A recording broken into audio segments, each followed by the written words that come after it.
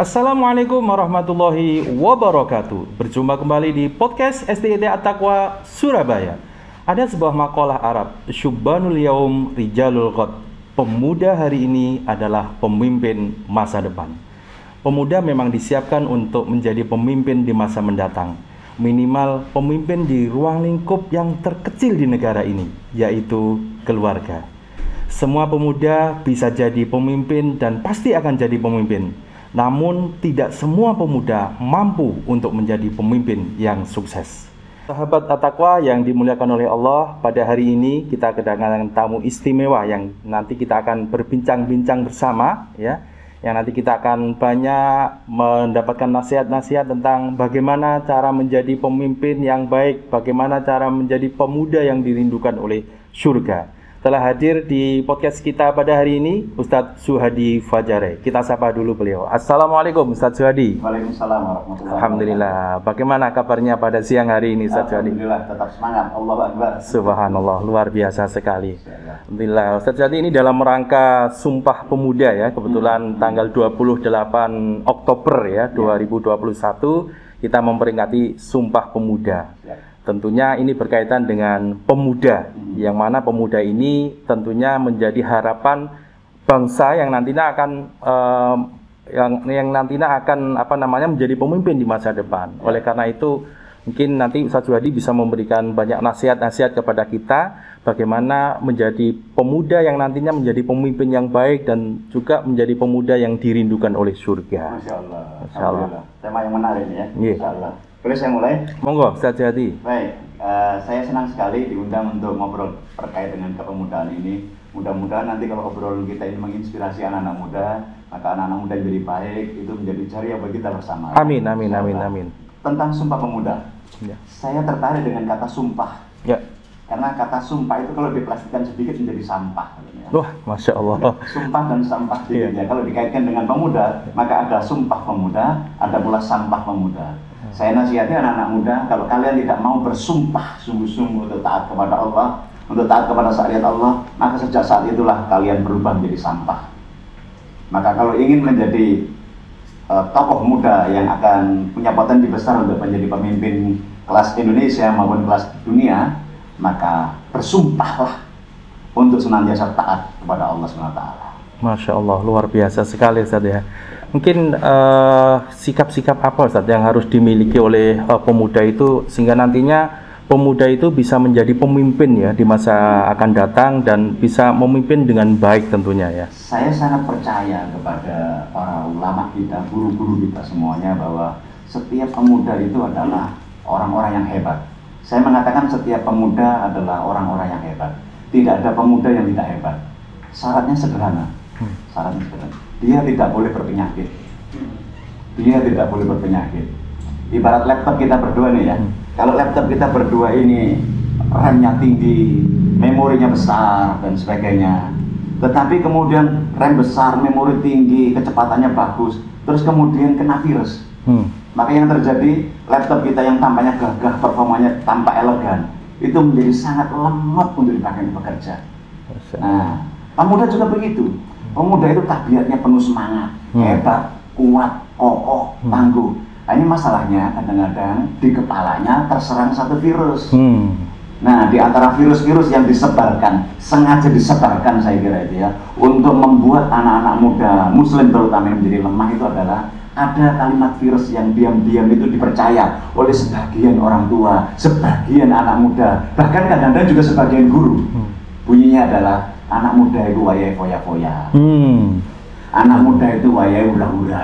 Masya Allah. Anak muda itu wayai beling-belingan. Anak muda itu wayai godain guru. Anak muda itu wayai cangkruk-cangkruk gak karuan. Anak muda wayai bermaksiatan. Solo gak wali maksiat. Mungkin ada kata mumpung masih muda kita gunakan ini. Padahal sebenarnya waktu muda ini justru kita harus mempersiapkan diri kita untuk masa depan ya. Apa artinya Allah memberikan kekuatan sebagaimana laptop yang baru tadi, tapi ternyata kemudian diisi virus. Masya Allah. Naudzubillah min dzalik ya. Maka sederhana saja, kalau ingin menjadi tokoh muda yang hebat, maka hilangkan virusnya. Jadi konsep yang ada di kepala, yang isinya itu pemuda itu hura-hura, pemuda itu nyantai, pemuda itu mager, itu semuanya virus yang sangat berbahaya dan jahat untuk menjegal rencana besar kepemimpinanmu. Masya Allah. Maka yang benar, saya lebih percaya kepada Imam Ibnu Katsir yang menyatakan seperti ini. Kebesaran Islam ini lebih banyak ditopang oleh anak-anak muda. Islam ya, agama ini lebih banyak ditopang oleh anak-anak muda. Maka konsep yang benar, catat baik-baik, nanti bisa kita ambil satu semacam slide khusus gitu ya.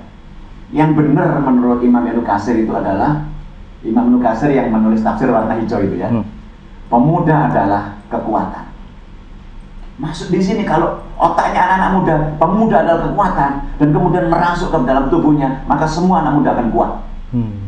Pemuda adalah inspirasi, kreativitas, ledakan ruhiyah, ketegaran, kesegaran, energi, karya besar dan penopang peradaban Islam. Masya Allah. Jika konsep seperti itu yang masuk di kepalanya anak-anak SD, di kepalanya anak-anak SMP, di kepalanya anak SMA, nggak usah nunggu mahasiswa. Anak-anak sudah akan menjadi tokoh-tokoh hebat. Betul sekali. Nggak usah nunggu lulus perguruan tinggi. Anak-anak akan menjadi tokoh-tokoh muda yang sangat hebat. Persoalannya adalah yang masuk di kepala itu konsep yang salah atau konsep yang benar, konsep yang fasik atau konsep yang takwa. Nah ini masalahnya. Masya Allah, luar biasa sekali. Jadi nggak perlu menunggu sampai kuliah untuk bisa menanamkan anak-anak jiwa mudanya ya. Terlalu lama itu. Ya, saya masih ingat ini Ustaz. Dulu para pemuda di zaman sahabat Nabi itu ternyata di usia 15, usia 13 itu ternyata sudah mempunyai peran sangat penting di dakwahnya Rasulullah. Masya Allah. Sebut saja satu sahabat Nabi, pemuda di zaman sahabat Nabi, Mu'ad bin Amr.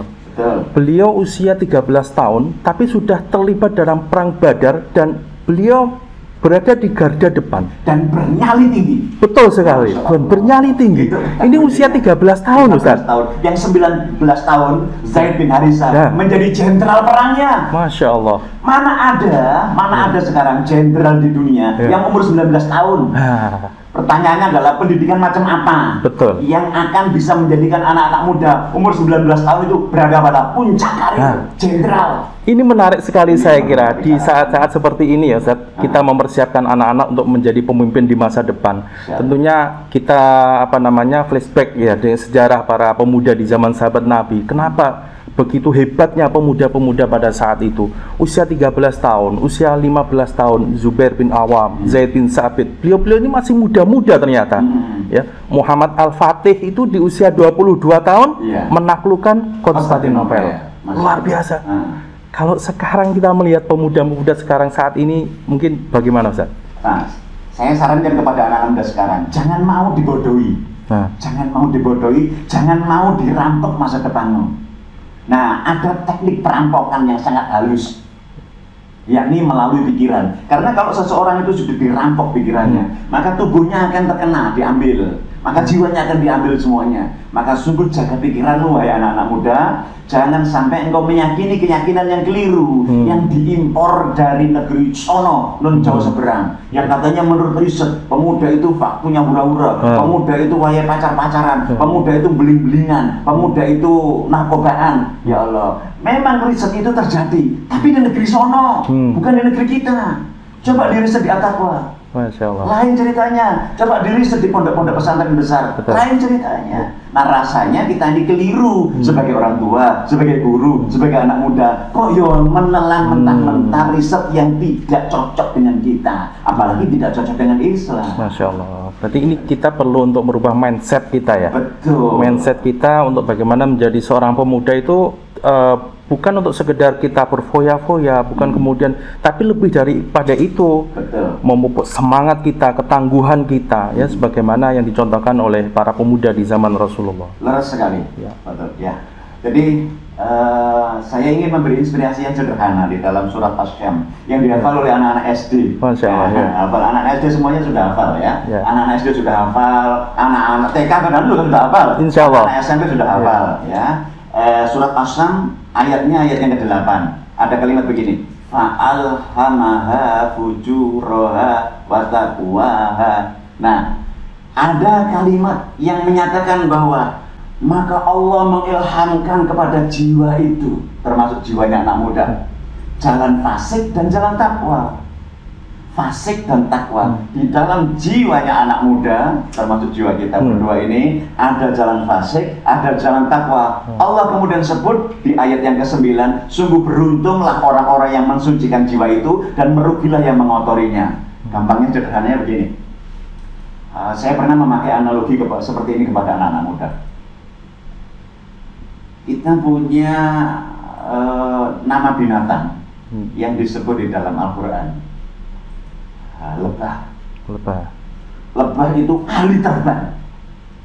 Tidak ada yang bisa mengalahkan manuvernya lebah jika dibandingkan dengan seluruh helikopter angkatan udara manapun. Lebah punya sayap.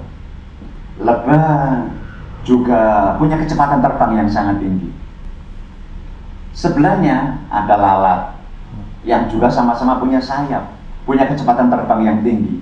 Cuman yang satu ini berada di jalan kotor namanya lalat, dan yang satu ini berada di jalan kebaikan namanya lebah. Lebah selalu mencari sari bunga, sementara lalat selalu mencari kotoran. Nah, kalau anak-anak muda itu ternyata di dadanya ada jalan fasik, lebih banyak jalan fasik, maka dia akan jadi pemuda lalat yang terbangnya tinggi tapi di tempat-tempat yang kotor, mana mungkin bisa berprestasi. Tapi kalau anak-anak muda itu memelihara ketakwaannya, maka dia akan seperti lebah yang terbangnya sangat cepat, sangat giat, tetapi dia akan hinggap di sari bunga, dan prestasi besarnya adalah menghasilkan madu yang bermanfaat. Maka sungguh di momentum 28 Oktober ini, saya ingin memberi nasihat kepada siapa saja yang menganggap dirinya muda, yang punya anak muda, maka pastikan kita meniru tabiatnya lalat, bukan lalat ya, lebah. Punya harga diri yang tinggi, kecepatan terbang yang tinggi, dan kemudian bisa berkarya besar, menghasilkan madu. Nah, jika anak-anak muda itu di dadanya ada takwa, insya Allah Indonesia Raya akan panen raya pemuda-pemuda solusi. Amin. Bukan pemuda-pemuda polusi. Masya Allah. Astagfirullahaladzim. Semoga ini benar-benar terwujud nanti, Ustaz ya. Siap ya. 10 tahun, 20 tahun nanti, pemuda-pemuda saat ini, nanti kedepannya mereka bisa menjadi pemimpin-pemimpin yang luar biasa. Syaratnya satu tadi ya. Ya. Di dadanya ada takwa. Takwa. Insya Allah. Ya. Yang kedua sekarang tempatnya. Ada syarat, ada tempat. Tempatnya yang tepat itu adalah ada 3. Yang pertama keluarga, yang kedua sekolah, yang ketiga masjid. Masya Allah. 3 ini ya. Dari keluarga kita akan menata anak-anak, dari sekolah kita akan memperbaiki cita-citanya anak-anak, dan dari masjid pemuda-pemuda itu nanti akan bangkit. Insya Allah. Berarti harus ada sinergi 3-tiganya ini. Ada rumah yang mengayomi anak-anak muda itu, ada sekolah yang mendidik anak-anak muda itu, dan ada masjid yang akan membuat anak-anak muda ini dikenal oleh penduduk langit. Insya Allah. Artinya peran lingkungan sangat penting sekali. Sangat penting sekali. Lingkungan rumah, lingkungan sekolah, dan juga di masjid ya, lingkungan masjid ini sangat penting sekali. Subhanallah, luar biasa. Tentunya anak-anak semuanya ya, para pemuda semuanya, apa yang tadi disampaikan Ustadz Suhadi sangat luar biasa sekali ya. Selain daripada di dada kita harus ada takwa, lingkungan kita juga harus kita perhatikan ya. Karena bisa jadi mungkin di dada kita ada takwa, tapi kita salah pergaulan, salah lingkungan, itu juga akan menjadikan fatal nantinya. Iya betul. Ya. Saya jadi teringat guyonnya Agim yang pernah kita undang bersama-sama. Agim, beliau itu pernah hampir dibajak oleh lingkungan. Dikata-katai begini pada saat muda. Ini menurut ceritanya Agim ya. Cemen kamu itu, arek lanang jeneng gak mandi rokokan. Bencong kamu. Iya, ada pembajakan di otaknya. Tapi alhamdulillah beliau waktu itu sangat tangguh, kokoh, teguh, dan kemudian berani mengajak teman-temannya tadi, ayo ikut aku malam minggu. Ya, menurut ceritanya ternyata ketika duduk-duduk di perempatan jalan, ditunjukkan itu ada yang merokok, dan ternyata yang merokok adalah para bencong. Astagfirullahaladzim. Ya, jadi jangan mau dirampas pikiran kita ini, jangan mau dirampas. Rasulullah saja memberi kabar setiap umatku akan masuk surga, termasuk anak-anak muda nanti kan bisa masuk surga ya. Nah, Tapi ada kalimat yang rasa-rasanya kita perlu perhatian besar. Kecuali yang tidak mau.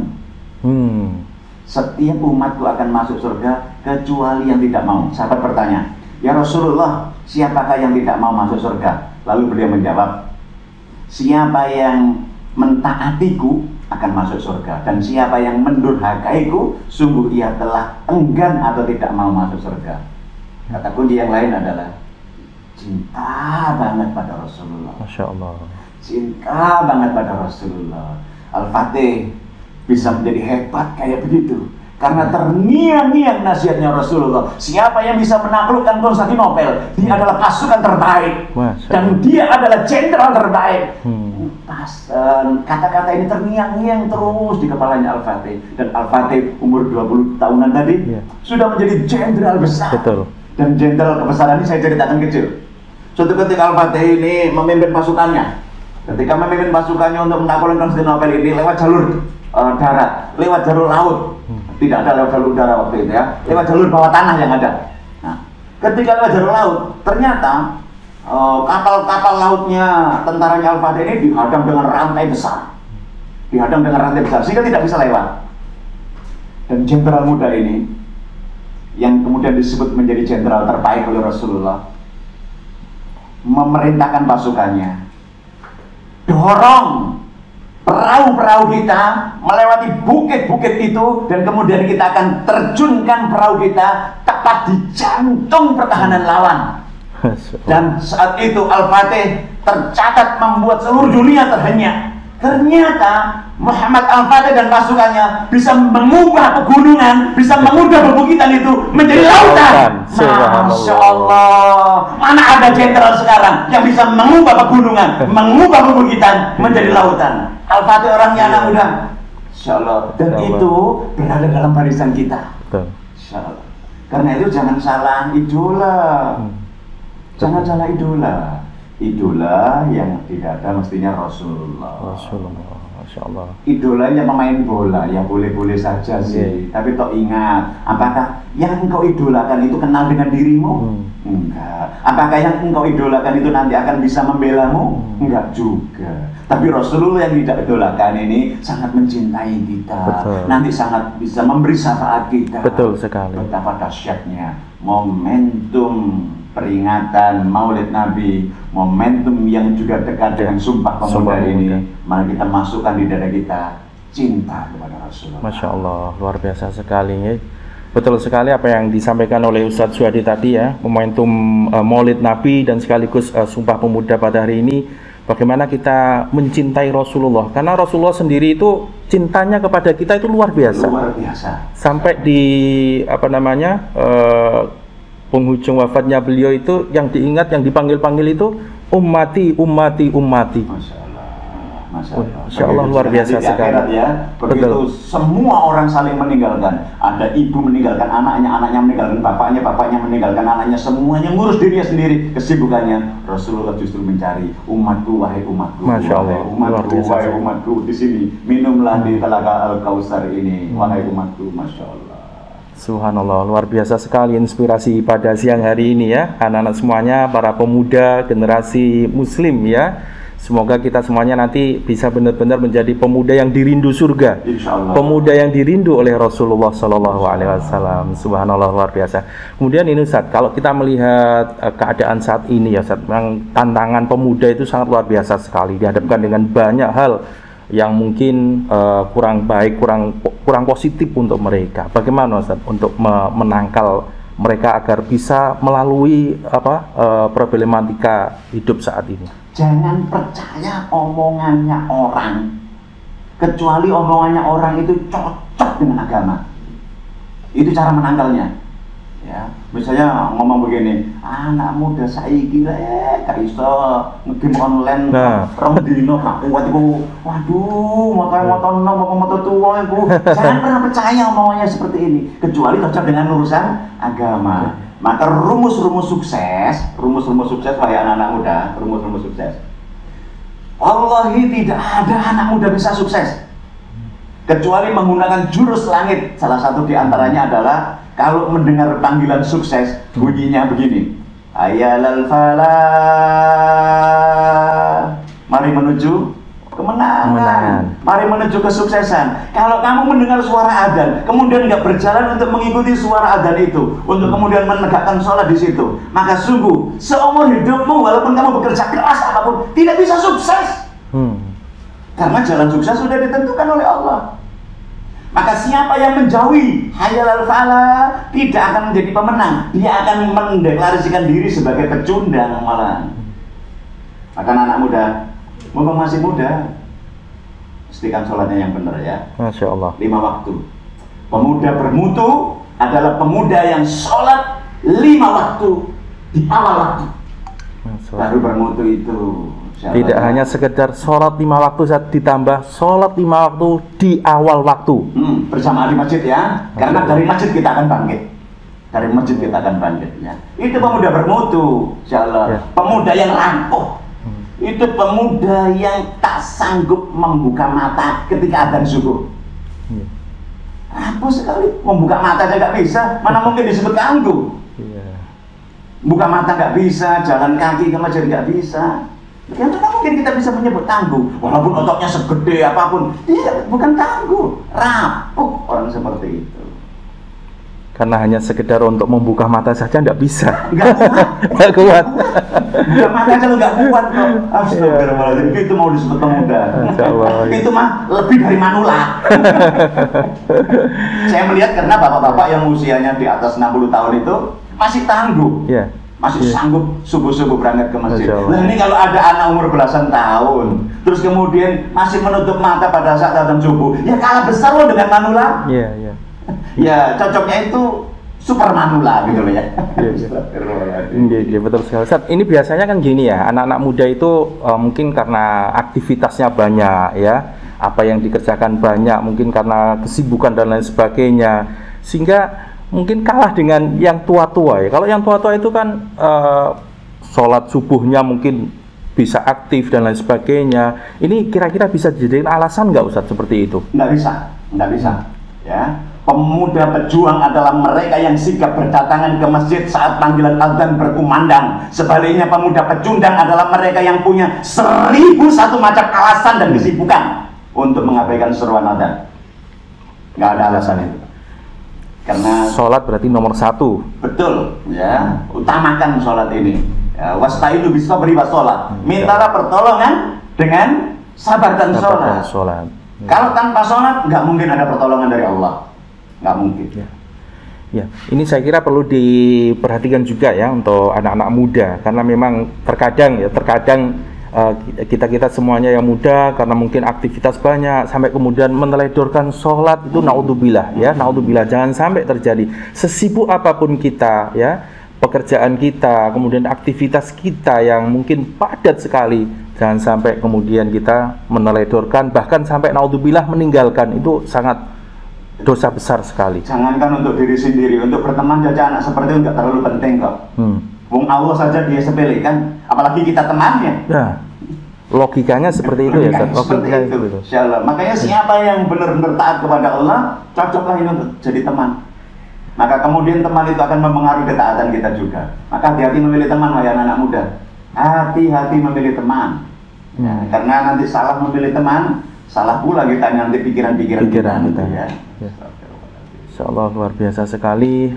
Pada hari ini Insyaallah kita sudah banyak ya mendapatkan nasihat-nasihat dari beliau Ustaz Suhadi ya, terkait dengan pemuda ya, pemuda yang nantinya akan dirindu oleh surga, pemuda yang nantinya akan bisa menjadi pemimpin-pemimpin yang luar biasa. Sehingga tidak heran ya Ustaz, di salah satu hadis Nabi itu ada 7 golongan, di mana salah satunya adalah di mana nanti pemuda mereka yang tumbuh taat kepada betul, Allah. Di mana di saat itu tidak ada apa namanya iup-iupan, ya, tidak ada naungan ya. Salah satu adalah pemuda yang selalu hatinya terpaut dengan Allah Subhanahu Wa Taala. Masya Allah. Ya, alhamdulillah. Jadi betapa pentingnya kita ini mendorong anak-anak muda untuk menjadi pemimpin. Betul. Yang kita ngomong pemimpin sebenarnya. Ya. Rasulullah itu kan jauh pada kita semuanya bahwa setiap orang itu pemimpin kan. Kullukum ra'in. Betul. Wa kullu ra'in mas'ulun an ra'iyatihi. Masya Allah. Everyone is leader. Yes. Everyone is leader. Masya Allah. Dan setiap pemimpin akan dimintai pertanggungjawabannya. Ya. Untuk sahabat-sahabat guru, ada kalimatnya Rasulullah tadi ya, yang saya terjemahkan dalam bahasa Inggris. Everyone is a leader. Everyone is a leader. Itu sebabnya setiap anak harus mendapatkan kesempatan berlatih kepemimpinan di sekolah ini. Setiap anak, bukan beberapa anak saja. Setiap anak. Everyone is a leader. Dan setiap pemimpin akan dimintai pertanggungjawaban. Berlatihlah anak-anak muda untuk senantiasa bertanggung jawab. Bertanggung jawab atas hidupmu, bertanggung jawab atas dirimu sendiri, juga bertanggung jawab kepada masyarakat, terlebih bertanggung jawab kepada Allah SWT. Masya Allah. Everyone is leader. Ini perlu kita catat baik-baik supaya nanti anak-anak ini berkesempatan untuk tumbuh menjadi pemimpin. Ya. Harus dilatih sejak dini. Sejak dini ya. Sejak dini. Ini Ustaz. Yeah. Ada pesan Al-Quran supaya menjadi pemimpin ya. Ada Al-Qurannya juga. Buka ya. Yeah. Boleh. Di surat apa Ustaz? Di surat An-Naml. Yang sedang melihat podcast, boleh juga buka Al-Qurannya, surat An-Naml ya, surat An-Naml. Surat An-Naml. Surat ke-27 ya? Oh, 27 nggih. Iya, suratnya. Oh nggih. Betul ya? Iya, ayat berapa Ustaz? Ayat 62. Ini sebagai kunci untuk kita ngobrol. Supaya yang memberi nasihat itu Al-Quran, bukan saya. 62 nggih? Iya. Boleh dong Ustaz, kalau ketemu bacain dong untuk anak-anak kita. Baik. Ya. Ayat 62 surat An-Naml. Baik. Insyaallah. Amay yujibu itu ya Ustaz ya. Baik. A'udzu billahi minasyaitonir rajim. Bismillahirrahmanirrahim. Amman yujibul muttarra idza da'ahu wa yakshifus su'a wa yaj'alukum khulafa'al ard a ilahum ma'allah qalilan ma tadhakkarun. Masyaallah, alhamdulillah. Ini pesannya Al-Quran. Ya. Masyaallah. Ada di situ terjemahannya Ustaz? Ada Ustaz. Seperti apa? Bukanlah Dia Allah yang memperkenankan doa orang yang dalam kesulitan apabila dia berdoa kepadanya dan menghilangkan kesusahan dan menjadikan kamu manusia sebagai khalifah pemimpin di bumi. Apakah di samping Allah ada Tuhan yang lain? Sedikit sekali nikmat yang kamu ingat. Masih. Mari kita ambil bagaimana kepemimpinan itu nanti akan dilahirkan.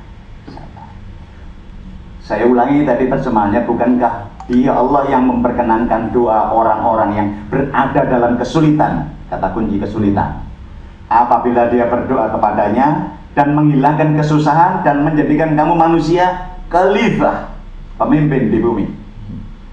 Apakah di samping Allah ada Tuhan yang lain? Lihat, ada 3 kata kunci. Yang pertama bicara tentang kesulitan, yang kedua bicara tentang kepemimpinan, dan yang ketiga bicara tentang ketauhidan. 3 ya, kesulitan, kepemimpinan, ketauhidan. Catat baik-baik anak-anak muda. Kesulitan, kepemimpinan, ketauhidan. Ini paket. Ya, paket ya. Maka sebelum ngomong-ngomong kepemimpinan, beranilah melewati kesulitan. Karena kesulitan itu hadir untuk menempa otot-otot kita, otot-otot fisik, otot-otot mental, agar kita menjadi tangguh, tidak rapuh. Kepemimpinan harus tangguh. Betul. Bukan rapuh. Insya Allah. Itu sebabnya setiap orang yang akan mendeklarasikan dirinya, berharap, berazam besar untuk menjadi pemimpin, menjadi khalifah, maka sesungguhnya dia harus berani melewati jalan-jalan kesulitan. Dan sekolah ini saya berharap mendesain kesulitan-kesulitan untuk anak-anak secara terukur, sehingga nanti anak-anak kita mengalami berbagai jenis kesulitan di sekolah ini. Yang kesulitan itu bisa membuat otot-ototnya tangguh, yang kesulitan itu bisa membuat otot mentalnya menjadi kokoh. Masya Allah. Ya. Kesulitan anak muda, jangan mengira semua kenikmatan, semua yang membuat kita itu nyantai itu akan membuat kalian jadi pemimpin. Enggak ada pemimpin yang dilahirkan dengan cara seperti itu. Enggak ada. Lihat bagaimana Al-Fatih, lihat bagaimana Jenderal Sudirman, ya. Lihat bagaimana Soekarno, lihat bagaimana pahlawan-pahlawan, semuanya mengalami kesulitan. Dan itu baru nanti naik ke level kepemimpinan. Dan kepemimpinan itu nanti akan menjadi dirindu surga, karena yang akan mendapatkan naungan yang pertama di antara 7 naungan itu, yang pertama adalah pemimpin yang adil, pemimpin yang bertauhid kepada Allah, bukan pemimpin yang khianat kepada Allah. Masya Allah. Naudzubillah. 3 kata kunci: kesulitan, kepemimpinan, dan ketauhidan. Camkan baik-baik 3 ini, maka insya Allah sekolah ini akan memproduksi pemimpin-pemimpin besar hari ini, ya. Punya harapan, jangan sampai nanti sekolah ini tumbuh menjadi sekolah yang biasa-biasa saja. Cuma yang kita pikirkan, kurikulum macam apa yang bisa membuat anak-anak mengalami kesulitan, kepemimpinan, dan ketauhidan. Mari kita bertanya kepada diri kita sendiri, bagaimana membuat anak-anak yang seperti itu. Anak-anak yang mengalami kondisi muraqabatullah. Khalifah Umar bin Khattab ketika memilih menantu, ternyata memilih menantu anak penjual susu. Anak penjual susu itu berdialog dengan ibunya, campurinlah itu susunya dengan air supaya nanti hasilnya banyak. Nggak mau, Bu, itu dilarang Allah, dilarang Umar, ya. Umar nggak tahu, tapi Allah kan maha tahu. Umar mendengar, kaget spontan, cocok ini jadi mantu ini, top markotop ini. Maka kemudian diambil mantu, lahir dari garis keturunan itu Umar bin Abdul Aziz, yang bisa memakmurkan rakyatnya. Sang khalifah itu cukup 2 tahun. Masya Allah. Nah, anak yang merasa diawasi oleh Allah, namanya muraqabatullah, itu pertanyaannya, kurikulum macam apa yang bisa membuat anak-anak pemuda seperti itu punya kondisi, punya sikap muraqabatullah. Tanyakan, apakah kurikulum nasional, apakah kurikulum internasional, apakah kurikulum Islam? Tanyakan. Betapa pentingnya kita sungguh-sungguh untuk menyiapkan kepemimpinan, bukan cuma sekadar memperingati 28 Oktober gitu. Masya Allah, luar biasa sekali. Ada 3 hal komponen yang memang satu dengan yang lainnya saling berkaitan, ya. Kesulitan, kepemimpinan, dan ketauhidan. Ini untuk membentuk generasi muda saat ini untuk bisa menjadi pemimpin-pemimpin yang tangguh, pemimpin-pemimpin yang nantinya di masa depannya bisa memimpin dengan baik. Kepada para orang tua saya ingatkan, begini rumus menghadirkan kepemimpinan. Tolong jangan nanti dikit-dikit kemudian kita resah, loh anakku kok mengalami banyak kesulitan di sekolah. Justru kita ini perlu memproduksi kesulitan-kesulitan yang kita rekayasa. Ya. Kita bikin outbound nih yang membuat anak-anak jadi sulit, harus cuci-cuci baju sendiri, harus masak sendiri, harus dibikin kesulitan. Nah, kalau semuanya serba enak dilayani sama pembantu dan sebagainya, bagaimana mungkin dia lahir jadi pemimpin? Untuk ngurusi dirinya sendiri aja nggak bisa. Maka kesulitan sekali lagi jangan dipandang sesuatu yang remeh. Karena ini dihadirkan untuk menguatkan otot-otot mental kepemimpinan. Tetapi di ayat ini Allah tidak mengatakan tentang kesulitan yang benar-benar sulit. Karena ada kalimat, bukankah Allah yang memperkenankan doa orang-orang yang berada dalam kesulitan apabila dia berdoa kepadanya. Nek kesulitan wis mentok, gunakan jurus lain. Ya Allah, mentok. Ada Allah bersama kita. Allah gitu loh. Tapi jangan takut mengalami kesulitan. Kenapa? Karena Allah sudah jamin. Nek kon mengalami kesulitan, mentok, jaluk Allah. Gampang, Masya Allah. Luar biasa sekali Ustadz, jadi inspirasi kita pada siang hari ini, ya. Insya Allah sudah banyak sekali nasihat-nasihat beliau yang bisa menginspirasi kita sebagai anak muda, ya. Tidak hanya sekedar kita menjadi pemimpin yang baik, tapi menjadi pemuda yang dirindukan surga, ya. Ada banyak hal tadi yang sudah disampaikan oleh Ustadz Suyadi. Jadilah pemuda yang selalu di dada kita ada takwa kepada Allah Subhanahu wa Ta'ala. Dan ada Rasulullah. Ada Rasulullah bersama kita. Subhanallah, luar biasa sekali. Dan banyak hal tadi yang sudah disampaikan oleh Ustaz Jadi. Semoga nasihat-nasihat beliau menginspirasi kita untuk bisa benar-benar menjadi pemuda yang nantinya dirindu oleh surga, bisa menjadi pemuda di masa depan, menjadi pemimpin-pemimpin yang amanah, pemimpin-pemimpin yang sukses nantinya. Amin amin ya rabbal alamin. Kami ucapkan terima kasih Ustadz Suhadi Fajarai. Mungkin di penghujung podcast kita mungkin ada nasihat-nasihat saran yang mungkin bisa disampaikan untuk anak-anak muda.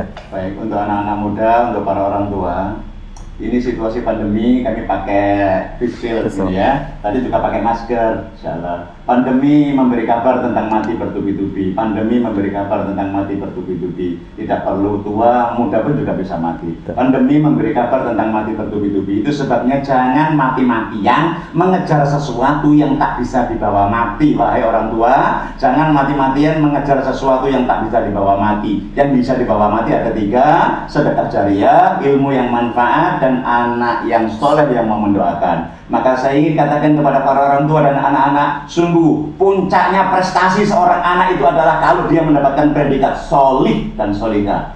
Trofi-trofi yang berjejer di lemari-lemarinya anak-anak itu adalah prestasi-prestasi tambahan saja. Sungguh puncak prestasinya seorang anak itu adalah menjadi anak yang solih, solihah buat ibu bapaknya. Tanpa ada gelar solih solihah, maka sungguh investasi kita ini menjadi terasa sia-sia nanti kalau kita di alam kubur. Maka sungguh berusaha sekeras-kerasnya bersama sekolah untuk menjadikan anak-anak kita menjadi anak-anak yang solih dan solihah. Dan mudah-mudahan karena solih solihahnya anak-anak, semua jerih payah kita nanti menjadi lillah dan kita bisa dikumpulkan di surga bersama anak-anak kita. Masya Allah. Amin amin. Maka cukup nasihat. Baik, alhamdulillah, terima kasih banyak Ustadz Suhadi kehadirannya di podcast SDIT At-Taqwa Surabaya yang sudah memberikan banyak nasihat-nasihat untuk kita semuanya. Dan kita doakan juga semoga Ustadz Suhadi sehat-sehat selalu, amin, ya, amin, amin. Dipanjangkan umurnya, berkah usianya, ya, bermanfaat ilmunya. Kita doakan beliau guru kita semuanya. Baik, sahabat At-Taqwa semuanya yang dirahmati oleh Allah, telah kita ikuti bersama pada hari ini podcast bersama Ustadz Suhadi Fajarai yang banyak mengupas tentang pemuda, ya. Bagaimana kiat-kiat menjadi pemuda yang nantinya akan dirindu oleh surga, bagaimana menjadi pemuda yang nantinya menjadi pemimpin yang hebat, pemimpin yang amanah di masa depannya. Subhanallah, luar biasa sekali. Banyak sekali pelajaran yang bisa kita ambil. Semoga bermanfaat untuk kita semuanya. Amin amin ya rabbal alamin. Di penghujung podcast pada hari ini perlu kami sampaikan juga ya bunda semuanya, Sekolah At-Taqwa saat ini sudah membuka pendaftaran siswa baru, ya, mulai dari bulan Agustus kemarin sampai dengan tanggal 15 Januari 2022. Oleh karena itu, gunakan kesempatan sebaik mungkin karena kuota terbatas. Segera daftarkan putra-putri panjenengan semuanya di Sekolah At-Taqwa. Insya Allah Sekolah At-Taqwa akan mendidik generasi yang bertakwa, berprestasi optimal, dan berakidah mantap. Itu yang bisa kami sampaikan pada podcast pada hari ini. Berjumpa kembali di lain kesempatan waktu. Dari saya kurang lebih mohon maaf. Assalamualaikum warahmatullahi wabarakatuh. Waalaikumsalam warahmatullahi wabarakatuh.